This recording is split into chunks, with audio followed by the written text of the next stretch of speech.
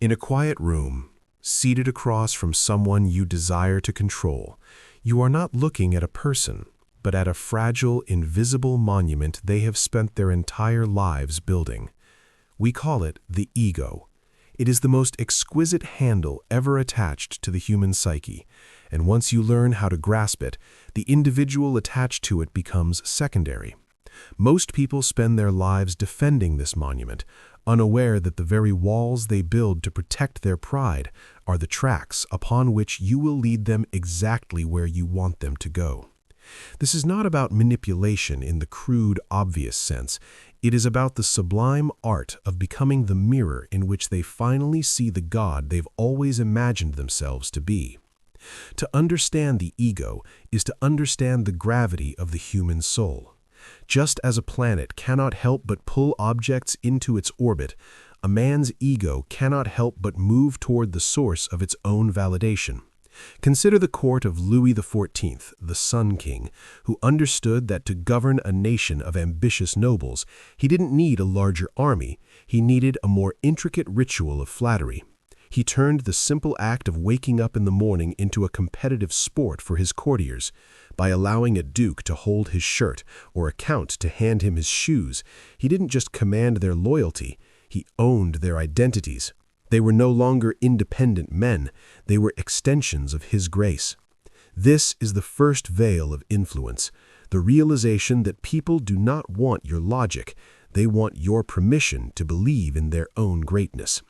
If you can provide that permission, you become the silent architect of their reality. Yet there is a shadow side to this light, a deeper mechanism that we will uncover as we peel back the layers of human insecurity. We often mistake the ego for confidence, but in truth, the ego is the scar tissue of the soul. It grows thickest where the person feels most vulnerable. When you interact with someone, you are not speaking to their rational mind, you are negotiating with their ghosts. Every boast, every display of wealth, every desperate need to be right in a conversation is a flare sent up from a sinking ship. If you can see the flare for what it is, a cry for recognition, you gain a power that is almost frightening. You stop arguing and you start orchestrating. You realize that to win an argument is to lose the person, but to surrender the argument is to win the soul. Imagine the ego as a complex lock. Most people try to pick it with force, using their own ego as a pry bar. They clash, metal on metal, sparking resentment and friction. But the master of influence doesn't bring a bar. They bring a key made of soft wax. They mold themselves to the shape of the other person's vanity. They listen not for information, but for the frequency of the other person's pride. When you hear that frequency, you don't just mimic it, you amplify it. You become the echo that makes their small voice sound like thunder. This creates a psychological dependency that is nearly impossible to break, because to pull away from you is to pull away from the version of themselves they love the most. And as we move deeper into this labyrinth, you will begin to see how this dependency can be used to reshape the very will of those around you, leading toward a final realization that changes everything you know about human connection. The secret lies in the vacuum. Nature abhors a vacuum, and so does the human ego. When you withhold your own ego, when you become a calm, silent void, the other person will instinctively rush to fill that space with their own self-importance. They will talk more, reveal more, and compromise more, all in an attempt to impress the silence you've created. This is the Diderot effect of the psyche. Once they give you one piece of their pride, they feel compelled to give you the rest to maintain a sense of consistency.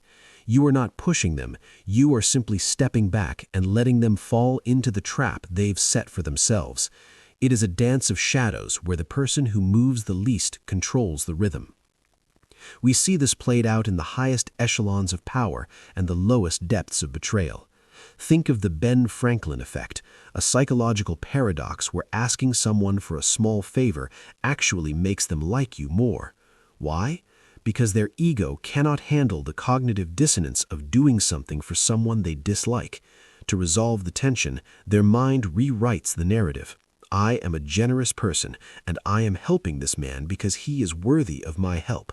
By letting them be the hero of the interaction, you have effectively bypassed their defenses. You have turned them into your benefactor, and in doing so, you have made them your prisoner. They are now invested in your success, because your success is proof of their own good judgment. But this is merely the surface of the lake. Beneath the water lies a much colder truth about how identity is constructed.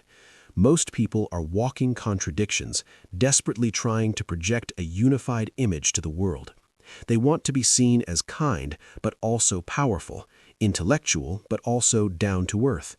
These contradictions are the fault lines of the ego. If you can identify the specific trait a person is most insecure about, and you offer them a way to prove that trait through an action you desire, they will perform that action with a fervor that logic cannot explain. If a man fears he is seen as weak, he will take immense risks to prove his strength. If you are the one who provides the stage for that proof, you are the one who directs the play. There is a subtle art to the ego constraint, a technique used by those who understand that a person's greatest strength is also their greatest leash. If you tell a proud person they probably aren't ready for a challenge, or that a task is too complex for someone of their temperament, you are not insulting them. You are issuing an invitation to their ego to prove you wrong. They will move mountains not to help you, but to spite the doubt you've planted. You have harnessed their inner friction to generate your own momentum. This is the invisible harness of the mind. By the time we reach the final stage of this process, you will understand that there is no such thing as a free will. There is only the ego reacting to the environment you have curated. The danger, of course, is that the ego is a hungry ghost. It requires constant feeding. If you stop the supply of validation too abruptly, the subject will turn on you with a redirected rage. The master of influence knows how to taper the ego, creating a cycle of intermittent reinforcement. You provide praise, then you provide a slight cold distance.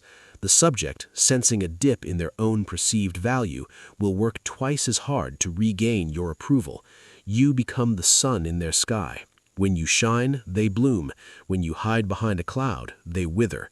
This cycle creates a profound psychological hook that keeps people tethered to you long after the initial interaction has ended. Consider the metaphor of the golden cage. Most people believe they want freedom, but what the ego actually craves is a prestigious enclosure. They want to be part of an inner circle, an elite group, an exclusive few. By framing your requests as exclusive opportunities available only to those of their caliber, you transform a burden into a privilege. You are no longer asking for their labor, you are offering them a crown. The ego will gladly wear a crown, even if it is made of lead and weighs them down to the point of exhaustion.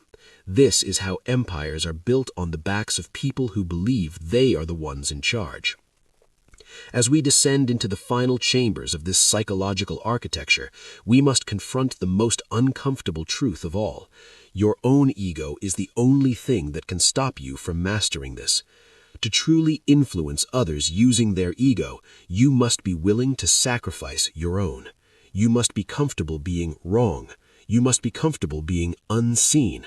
You must be comfortable letting the other person take the credit while you take the result. Most people fail at this because their own need for recognition is louder than their desire for power. They want to be the king, whereas the true master is content being the king-maker. The king-maker is the one who actually holds the keys to the kingdom. This brings us to the mirror of Narcissus. In the myth, Narcissus fell in love with his own reflection and drowned. In the modern world, people are still drowning in their own images, and you are the water. If you reflect back exactly what they want to see, they will dive into you. They will give you their secrets, their loyalty, and their future, all because you are the only person who truly understands them. But to be the water, you must be fluid. You must have no fixed shape of your own. You must be willing to be whatever the other person's ego requires in that moment: a student, a fan, a victim, or a god. But what happens when the mirror breaks? What happens when the person realizes they have been played? The beauty of ego-based influence is that if done correctly, they can never admit they were manipulated. To admit they were fooled is to admit that their ego was vulnerable, that they were not as smart or as powerful as they believed. The ego's own defense mechanism will protect you. They will rationalize their choices, insisting they did it for their own reasons. They will become your greatest defenders, because to expose you would be to expose themselves. They are locked in a prison where they are also the guard.